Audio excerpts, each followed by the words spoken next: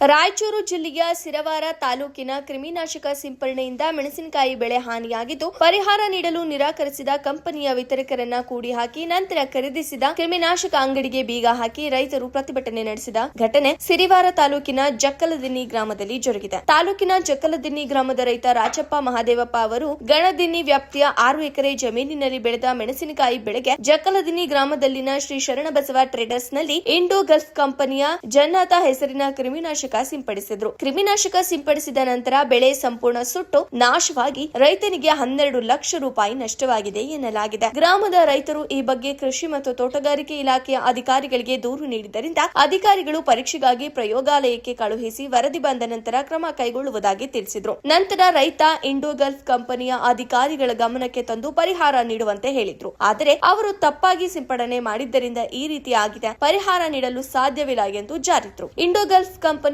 ವಿತರಕ ಗುರುವಾರ ಬಾವಾ ಸಾಬ್ ಅವರು ಜಕ್ಕಲದಿನ್ನಿ ಗ್ರಾಮದಲ್ಲಿನ ಕ್ರಿಮಿನಾಶಕ ಅಂಗಡಿಗೆ ಆಗಮಿಸಿದ ವೇಳೆ ರೈತರು ಅವರನ್ನ ಕಂಡು ದಿಢೀರನೆ ಆತನಿಗೆ ಸುತ್ತುವರೆದು ಕೂಡಿ ಹಾಕಿದ್ರು. ಬೆಳಗ್ಗೆಯಿಂದ ಸಂಜೆವರೆಗೂ ಕೂಡಿ ಹಾಕಿ ರೈತರು ಕಂಪನಿಯ ವಿರುದ್ಧ ಆಕ್ರೋಶ ವ್ಯಕ್ತಪಡಿಸಿದ್ರು. ರೈತನಿಗೆ ಉಂಟಾಗಿರುವ ನಷ್ಟಕ್ಕೆ ಗರಿಷ್ಠ ಪ್ರಮಾಣದ ಪರಿಹಾರ ಒದಗಿಸುವ ಭರವಸೆ ನೀಡಿದ ಬಳಿಕ ರೈತರು ವಿತರಕನನ್ನ ಬಿಟ್ಟು ಕಳಿಸಿದ್ರು. ಈ ಸಂದರ್ಭದಲ್ಲಿ ಗ್ರಾಮದ ಯುವ ರೈತರಾದ ನರಸಪ್ಪ, ಜಯರಾಜ, ಯಮುನಪ್ಪ, ಮುದೆಪ್ಪ, ರವಿ, ಹನುಮನಗೌಡ ಸೇರಿದಂತೆ ಅನೇಕರು ಪ್ರತಿಭಟಿಸಿದ್ರು.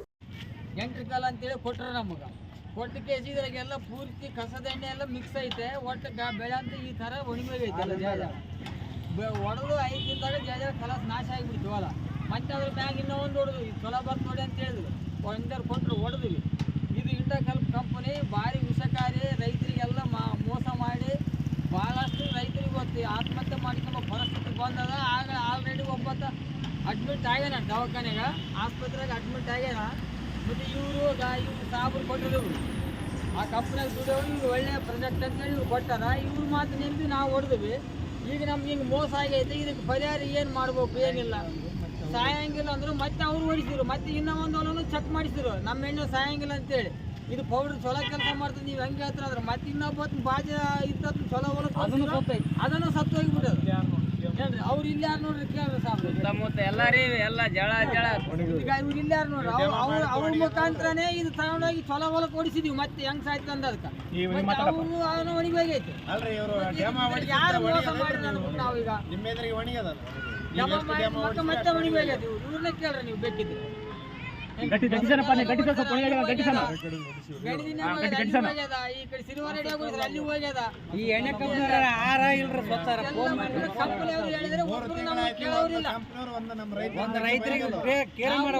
ದಿನಮಾನ ಅವ್ರಿಗೆ ಇವ್ರಿಗೆ ಕೇಳ್ಕೊಂತೀವಿ. ಒಟ್ಟ ಕಂಪ್ನಿಯವ್ರು ಕಿವಾಗ ಹಾಕ್ಯವಳ್ರ. ನಮ್ದು ಹೆಂಗ ಆತದ ಅನ್ಕಂತ ಹೊಂಟಾರ. ಇವತ್ತು ರೈತ ಒಬ್ಬತ್ತ ವಿಷ ಕುಡ್ದಾನ.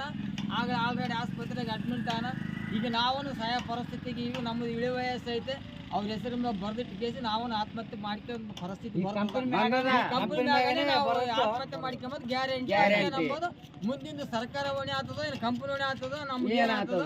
ನಾವು 4 ಮಂದಿ ಮಕ್ಕಳು ಹೆಣ್ರು ಬಿಟ್ಟರು ಸಹಾಯಕ್ಕೆ ತಯಾರಿ. ಇವತ್ತು ಅದಕ್ಕೆ ಏನಂಬೋದು, ಅದಕ್ಕೆ ಏನು ಪರಿಹಾರ ಕೊಟ್ಟರು ಸರಿ, ಕೊಡಲಿಲ್ಲ ಅಂತಂದ್ರೆ ಇಮಿಡಿಯೇಟ್ಲಿ ನಮ್ಗೆ ಆಕ್ಷನ್ ತಗಲ್ಲ. ನಾವು ಆತ್ಮಹತ್ಯೆ ಮಾಡ್ಕೊಂಬದ್ ಗ್ಯಾರಂಟಿ ಐತಿ ನಮ್ಗೆ.